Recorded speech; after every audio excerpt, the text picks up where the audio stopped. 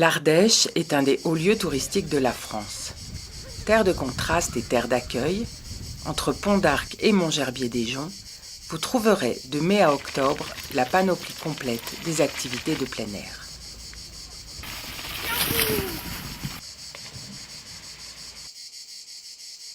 Si vous décidez de visiter l'Ardèche, la meilleure manière est encore de remonter la nationale 102 qui serpente entre le plateau du Coiron et le plateau de Bergues. Vous attendent alors les marchés en tout genre, les rendez-vous des fêtes votives et le plaisir des rencontres durant les belles soirées d'été.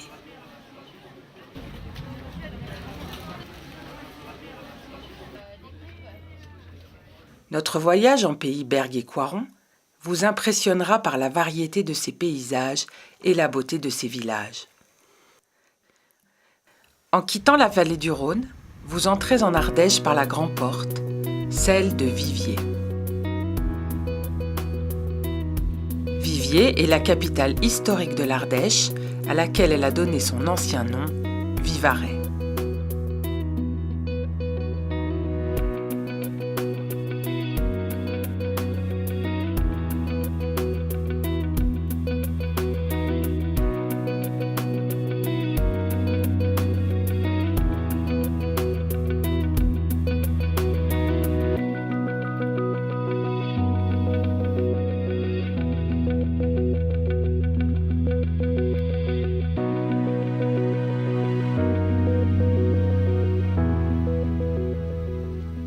En suivant le cours de la rivière Escoutaille, nous arrivons à Alba-la-Romaine.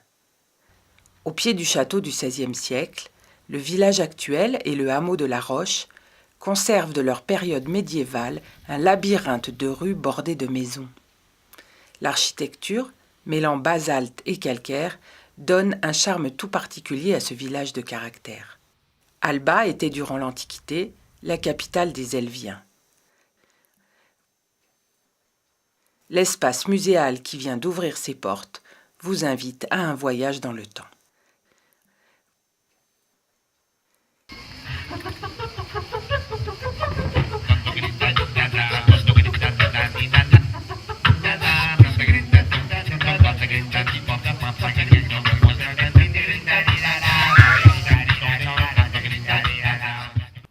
Après Alba-la-Romaine, voici les contreforts du Coiron. Le Coiron se distingue très nettement dans le paysage par ses falaises noires surplombant des pentes ravinées. Le plateau du Coiron forme un plateau basaltique. C'est une région géologique particulière de l'Ardèche puisque vous observez un paysage inversé. Effectivement, la surface actuelle du plateau correspond à l'ancien fond de la vallée comblé de lave et de coulées pyroplastiques il y a plus de 8 millions d'années.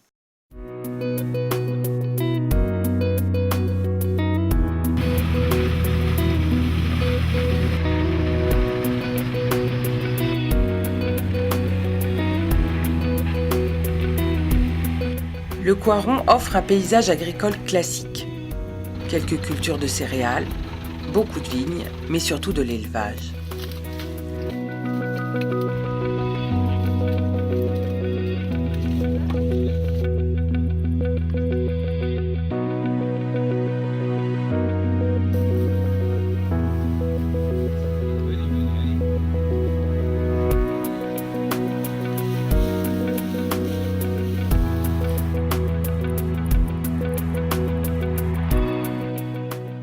La principale voie pour accéder au plateau du Coiron est le village de Saint-Jean-le-Centenier. Comme tous les villages du Coiron, Saint-Jean-le-Centenier est en grande partie construit de pierres basaltiques et de calcaire, comme l'attestent ses maisons où alternent le noir et le blanc. C'était aussi, jusqu'en 1981, la première gare ferroviaire depuis la vallée du Rhône. À l'est du village, on distingue encore les vestiges d'une carrière de basalte qui utilisait le rail pour exporter les matériaux extraits. Aujourd'hui, seule une maquette fidèlement reconstituée témoigne de cette époque ferroviaire.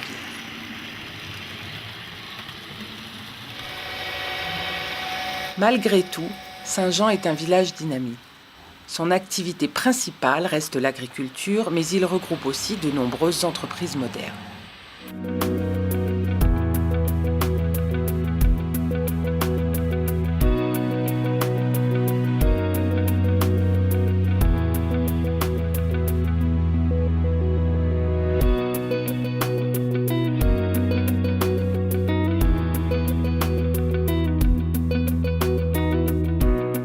Les Balmes de Montbrun sont une des particularités incontournables du Coiron.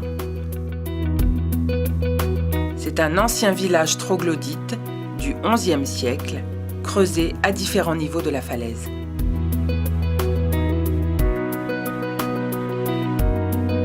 Certaines habitations ont 2 étages. Il semble qu'autrefois, il y avait une 50aine de maisons.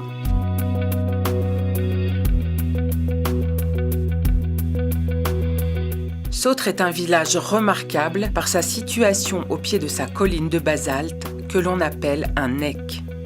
C'est un paysage typique du Coiron, au relief inversé, où le fond de la vallée se situait au niveau du plateau basaltique.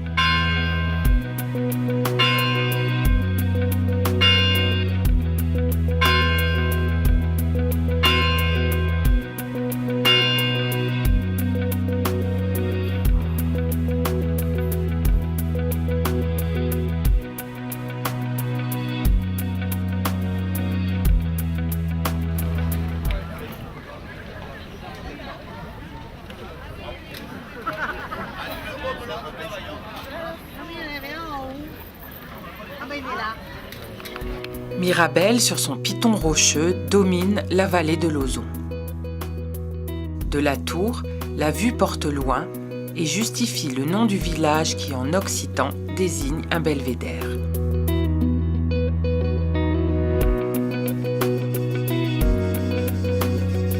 À un jet de flèche, le village voisin n'a rien à lui envier quant à la beauté de son panorama.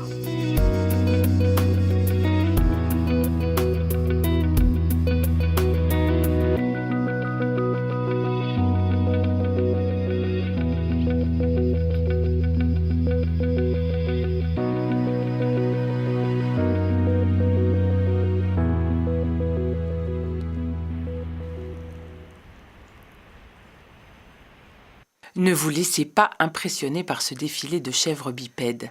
Elles vous annoncent votre arrivée dans le pays de Bergues et sa capitale, Villeneuve-de-Berg. Au XIVe siècle, riche et commerçante, Villeneuve-de-Berg devint à majorité calviniste.